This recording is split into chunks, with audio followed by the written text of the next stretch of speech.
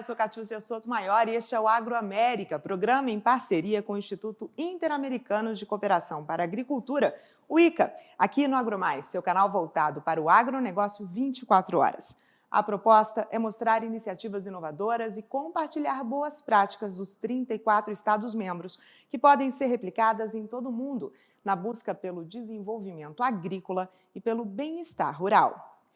Hoje o assunto é o Atlas de Biocombustíveis Líquidos 2020-2021, uma publicação que revela a importância dos óleos vegetais como matéria-prima para a produção de biodiesel. E quem conversa com a gente é o economista argentino, diretamente de Costa Rica. Ele é especialista internacional em biocombustíveis, Agustín Torroba. Bem-vindo, muchas gracias. Hola, Catiucia, gracias. Un placer estar con ustedes. Para nosotros también. Entonces, Agustín, ¿cómo la herramienta que permite acceder a la información precisa, confiable, detallada sobre las principales variables en materia de biocombustibles viabiliza la articulación de marcos normativos y formulación de políticas públicas más eficaces? Bueno, nosotros desde el Instituto Interamericano de Cooperación para la Agricultura, básicamente lo que buscamos son tres cosas, ¿no? Sensibilizar, difundir todas las cuestiones relacionadas a los biocombustibles, asesorar a través de bienes públicos y a los distintos estados a la formulación y a la aplicación de marcos normativos y políticas públicas. En este contexto que produjimos este Atlas de Biocombustibles Líquidos, es el segundo año que lo editamos, y básicamente lo que pretendemos es que haya un bien público donde los distintos actores, fundamentalmente públicos, pero también privados, puedan encontrar toda la información confiable y relevante vinculado a los biocombustibles, ¿no es cierto? Principalmente al bioetanol y al biodiesel, las tendencias en la producción, en el consumo, en el comercio exterior y también la evolución de las distintas políticas públicas en general enmarcados en los distintos mandatos de mezclas obligatorias que hay en los distintos países. Así que un poco este es el contexto en el cual se desarrolla este Atlas de Biocombustibles Líquidos. Primas más utilizadas en la producción, por ejemplo, de biodiesel, según el Atlas de los Biocombustibles Líquidos, ¿y por qué se destacan? Bueno, las materias primas que más se destacan en el caso del biodiesel, recordemos que el biodiesel se mezcla o reemplaza al diésel fósil, son los aceites vegetales. Dentro de los aceites vegetales se destaca el aceite de palma, el aceite de soja y en tercer lugar el aceite de colza, ¿sí? Pero hay un cuarto grupo donde entran aceites vegetales usados, otros aceites como puede ser el aceite de girasol, grasas animales, ese tipo de materias primas que tratan digamos, de valorizarlos para producir biocombustibles. Y en el caso del etanol, las dos materias primas más destacadas son, en primer lugar, el maíz, con más de 150 millones de toneladas de maíz que se transforman en bioetanol y otros subproductos, como los granos destilados, y la caña de azúcar con una fuerte tradición en Brasil, pero que se ha ido extendiendo a otros países también, ¿no es cierto? Como Paraguay, Argentina, la India, ¿no es cierto? Ahora, la tasa de crecimiento de bioetanol y de biodiesel, una es superior a de la otra, ¿sí? Correcto, correcto. La tasa de crecimiento de biodiesel en los últimos 20 años ha sido superior a la de bioetanol, pero por una sencilla razón, que es que el biodiesel es un producto relativamente más nuevo. El bioetanol tiene una tradición de varios años más. Bueno, ustedes en Brasil en los años 70 ya lo habían desarrollado, luego Estados Unidos empezó a tener un desarrollo bastante interesante, y digamos que el biodiesel podríamos decir que nace entre comillas, entre el año 2000, si bien en Europa ya había algunos desarrollos un poquito previos, lo que da que la tasa de crecimiento haya sido mayor en el caso del biodiesel porque salió de una base más baja. De todas formas, cuando uno agrega los biocombustibles, bioetanol y biodiesel, puede notar que en los últimos 20 años la producción de biocombustibles se ha multiplicado por 11, ¿eh? Y eso es un número muy, muy contundente en términos de la penetración de los biocombustibles líquidos en el mercado de combustibles líquidos en general. Podemos decir cuáles son los beneficios de los biocombustibles para combatir el calentamiento global. Son cuestiones ambientales, sí, pero también económicas, ¿no? Por supuesto, por supuesto. Digamos que hay varios fundamentos. El primer fundamento que es muy fuerte es la cuestión ambiental y de salud humana, porque se han visto dos efectos positivos. Uno es que los biocombustibles, a través de su uso sustentable, reducen las emisiones de gases de efecto invernadero, pero también reducen sensiblemente algunos componentes que causan polución y que son dañinos para la salud humana. Me refiero básicamente a material particulado, azufre, algunos tipos de componentes que causan enfermedades respiratorias y desarrollan algunos tipos de cáncer. En ese sentido, los biocombustibles generan efectos positivos al reducir comparativamente todas esas emisiones. Después hay un segundo eje de, si se quiere, fundamentos para desarrollar los biocombustibles que tiene que ver con la seguridad y la diversificación energética, sobre todo en nuestros países que son importadores netos de petróleo o derivados de petróleo, y los biocombustibles ayudan a diversificar la matriz energética, a la vez que nuestros países son excedentarios, son exportadores de todas estas materias primas que industrializan para reemplazar combustibles fósiles. Y la tercer causal o el tercer motivo para impulsar los biocombustibles tiene justamente que ver con una cuestión de desarrollo económico y de desarrollo agrícola, ¿sí? De agrícola, agropecuario, en términos de agregar valor, diversificar la matriz productiva agrícola ganadera, a la vez que se cumplen con las otras dos condiciones, ¿no? Mayor seguridad y diversificación energética, y mejoras claras en términos medioambientales y de salud humana. Como decías, los biocombustibles son una alternativa ambientalmente más sostenible que los combustibles fósiles, además de agregar valor, diversificar la producción agrícola, generar empleo, impactos económicos positivos para los productores rurales. Ahora, la transición para esta energía limpia requiere grandes cambios técnicos. Bueno, a ver, hoy el mundo está atravesando una transición energética, ¿no es cierto? Y se debaten distintos paradigmas de movilidad. Por ejemplo, un paradigma de movilidad alternativo al de combustión interna que se está debatiendo es la electricidad, por ejemplo, ¿sí? Eso va a llevar mucho tiempo, va a llevar que necesitemos carros nuevos, automóviles nuevos, que desarrollemos una red de infraestructura de carga eléctrica, que aumentemos la capacidad de generación, transporte y distribución de electricidad. Los biocombustibles, las ventajas que tienen es que en determinados niveles de mezcla no requieren cambios técnicos. Y a partir de determinados niveles de mezcla, por ejemplo, el uso puro de etanol, de los vehículos flex fuel, me refiero como tienen en Brasil, donde pueden utilizar gasolina o etanol indistintamente, requieren pequeños cambios técnicos que solo insumen una baja relación costo-beneficio, es decir, son muy poco costosos, con lo cual la gran ventaja de los biocombustibles es que permiten descarbonizar el sector de transporte.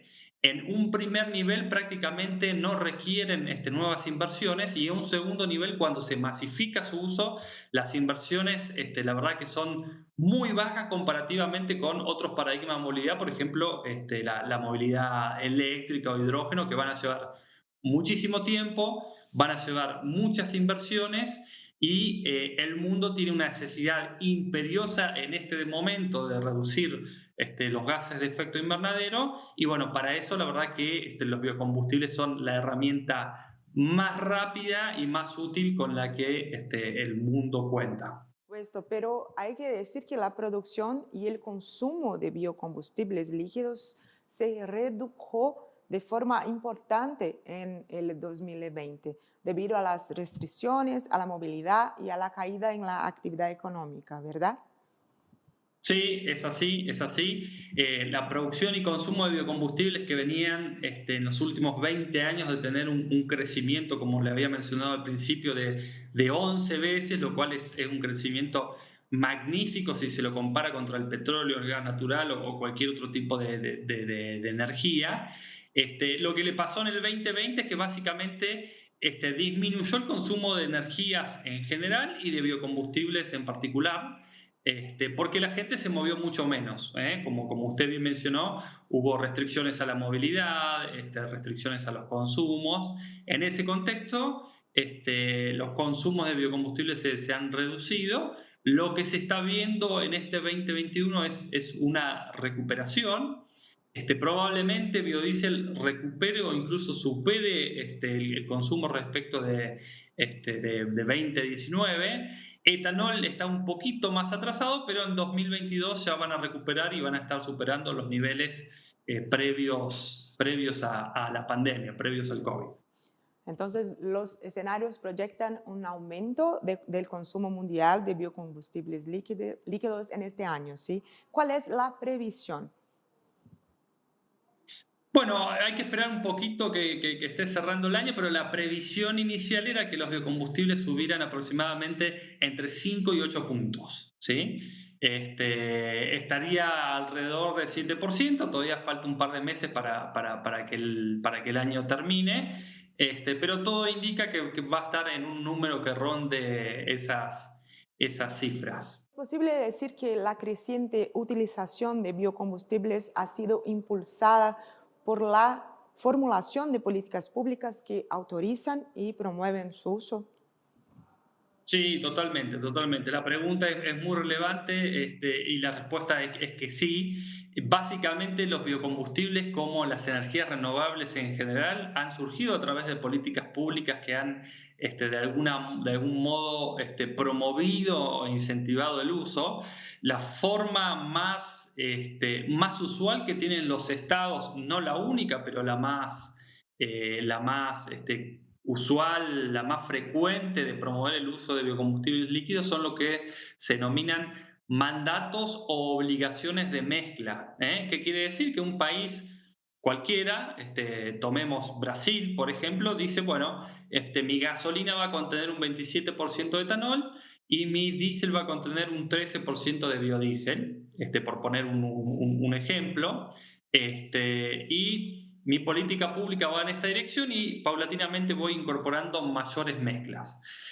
Lo que nosotros hemos censado es que hay 65 estados nacionales en el mundo que tienen distintas mezclas de etanol y de biodiesel. Algunos estados tienen mezclas obligatorias tanto para etanol, para biodiesel. En particular hay 60 estados que tienen mezclas para etanol y 49, casi 50 para biodiesel. Cuando se juntan resultan un total de 65 estados, más de aproximadamente un 30% de los países en el globo, y con un particular énfasis en las Américas. Hacen uso de los biocombustibles a través de esto que yo le comento, que son los mercados de mezclas obligatorias. Ahora, los mandatos son los instrumentos más utilizados por los países para garantizar tanto la producción como el consumo, ¿sí? ¿Hay otros instrumentos? Sí, correcto. El mercado de mandatos sería, en general se usa en una primera etapa, cuando los biocombustibles son una industria nueva, y después pueden evolucionar o puede haber otros tipos de políticas públicas. Por ejemplo, en Brasil hay un mercado libre de bioetanol hidratado que se puede utilizar. En Estados Unidos hay un mandato que se llama E85, que es una gasolina con 85% de etanol. Se está usando mucho en Europa también. En Suecia se está utilizando la mezcla de biodiesel puro a través de una tecnología que se conoce como HVO, que es aceite vegetal hidrotratado. Y después hay distintos tipos de políticas, por ejemplo, incentivos fiscales, que muchas veces están relacionados a la reducción comparativa de CO2 versus los combustibles fósiles, pero lo que ha hecho, si se quiere, lo que ha sido la punta de lanza o las primeras políticas que han hecho que los biocombustibles tomen mayor relevancia en el mundo, claramente tienen que ver con estas políticas de mandatos obligatorias. Ahora, decías que las Américas tienen una participación destacada tanto en la producción como en el consumo y el establecimiento de mandatos de uso de biocombustibles, especialmente en la región sur y norte del continente. ¿Cuáles son los retos que nuestros países tienen hoy? Bueno, yo diría que los retos que tienen es seguir en algunos países en particular que los biocombustibles sigan proliferando. Muchas veces los países del sur y en algunos casos en el norte también son ejemplos. Brasil, por ejemplo, es un gran ejemplo en bioetanol, en cómo desarrollar los mercados. Tienen que agionar las políticas biocombustibles a las nuevas exigencias medioambientales. Y en ese sentido, una continua proliferación del consumo de biocombustibles puede ser una gran ventaja para cumplir con estas metas medioambientales que los países están tomando. Y yo creo que un segundo reto tiene que ver con tratar de que los biocombustibles se sigan internacionalizando, tratar de que otros países progresivamente incorporen el uso de biocombustibles.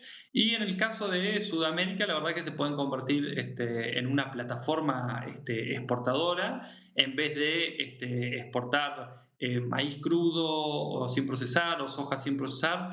Pueden exportar bioetanol con todos los subproductos derivados, biodiesel que en forma asociada genera glicerina de distintas calidades. Así que yo creo que esos son los dos desafíos y los biocombustibles pueden ser una muy buena plataforma para integrar a los países del sur con una clara idea de agregar valor a la hora de exportar. Entonces hablemos de integración. La obligación de mezclar biocombustibles con combustibles fósiles se lleva a la práctica por medio de diferentes mecanismos, como mencionabas. En Brasil hay un mandato obligatorio, yo no sé el porcentaje, cómo se incrementa a razón de 1 punto por año hasta llegar a cuánto. ¿Cuál es la situación de Brasil? ¿Y cuál es otro ejemplo que podemos destacar en Sudamérica o en América Latina? Bueno, Brasil es un caso muy interesante en etanol. Tiene una mezcla obligatoria de 27%, 27, una mezcla que se mueve entre 18 y 27,5%, pero hace muchos años que está en 27,5% y adicionalmente los consumidores pueden comprar alcohol hidratado en los autos Flex Fuel. Y en biodiesel, Brasil salió una mezcla del 10% con un objetivo de llegar a un 15% en el 2023. Así que bueno, todavía está un poquito analizando a ver qué resulta de esas mayores mezclas, cómo implementan los distintos mecanismos de licitación o si va a un mercado de competencia más puro, pero va en esa dirección. Argentina, por ejemplo, tiene un mandato de mezcla de 5% en biodiesel y 12% en etanol, lo que muestra el avance que tiene Brasil. Y Paraguay tiene una mezcla muy baja de biodiesel de aproximadamente 2%, pero una mezcla elevada de etanol del 25%. Así que bueno, estos son países que bueno, tienen cierto tipo de tradición. Paraguay y Brasil una fuerte tradición de bioetanol. Argentina, a pesar de que tiene un corte de biodiesel del 5%, que en su momento fue del 10%, tiene una fuerte tradición exportadora de biodiesel, principalmente a los países de la Unión Europea. Así que la verdad que son un conglomerado de países, me refiero a los países del Mercosur, que tienen una fuerte tradición, eso les da ventajas comparativas. Y el segundo punto a favor que tienen es la gran disponibilidad de materia prima. Argentina y Brasil son el segundo y el tercer exportador de maíz más grande del mundo. El Mercosur básicamente es el conglomerado que más exporta soja y exporta más del 50% del aceite de soja. Así que tiene todas las materias primas como para seguir agregándole valor dentro de la cadena y poder de alguna forma convertirse o seguir convirtiéndose en una plataforma que pueda exportar estos productos biológicos que reemplazan a productos fósiles, y que los países ya tienen el know-how y tienen la disponibilidad de materia prima. ¿Crees que sean los mecanismos posibles para garantizar la integración de nuestros países en este tema? Sí, los biocombustibles, generan sinergias, ¿no es cierto? Entonces, hay equipos, hay grupos que coordinan o que sirven para intercambiar sobre las políticas públicas en los distintos países del Mercosur, y esto a mí me parece muy, muy positivo, y probablemente se pueda avanzar en un eslabón más, ¿no? Donde la integración probablemente pueda llegar a servir como una estrategia exportadora común, ¿sí?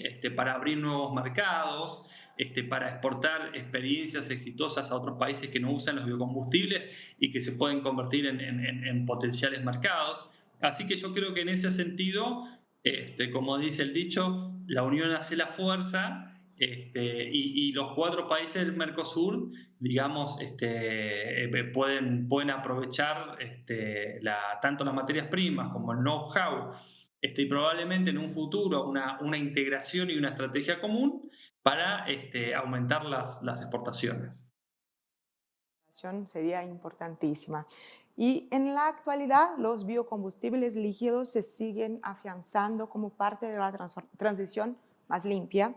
Además de su uso en el transporte terrestre, han comenzado a ser usados en otros sectores, ¿sí? Sí, correcto. A ver, la pregunta es muy interesante. Probablemente hace 5 o 10 años no estaríamos hablando de esto, pero la verdad que el sector es muy dinámico. Y lo que se está observando principalmente son 2 nuevos sectores: la aviación y la navegación. La navegación viene un poquito más rezagada, pero probablemente los biocombustibles lleguen en algún momento. Y la aviación viene aumentando mucho, particularmente en los últimos cinco años. Ya se han aprobado 7 rutas tecnológicas que permiten producir biocombustibles de aviación, como los biocombustibles terrestres, pero para los aviones, a través de distintas materias primas.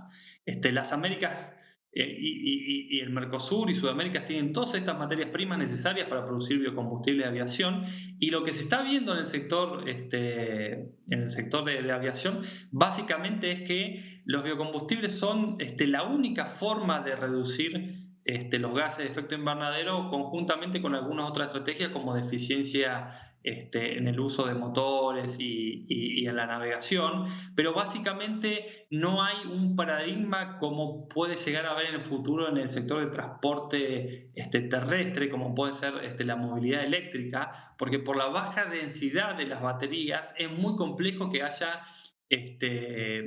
aviones digamos, aviones comerciales de escala que funcionen a electricidad.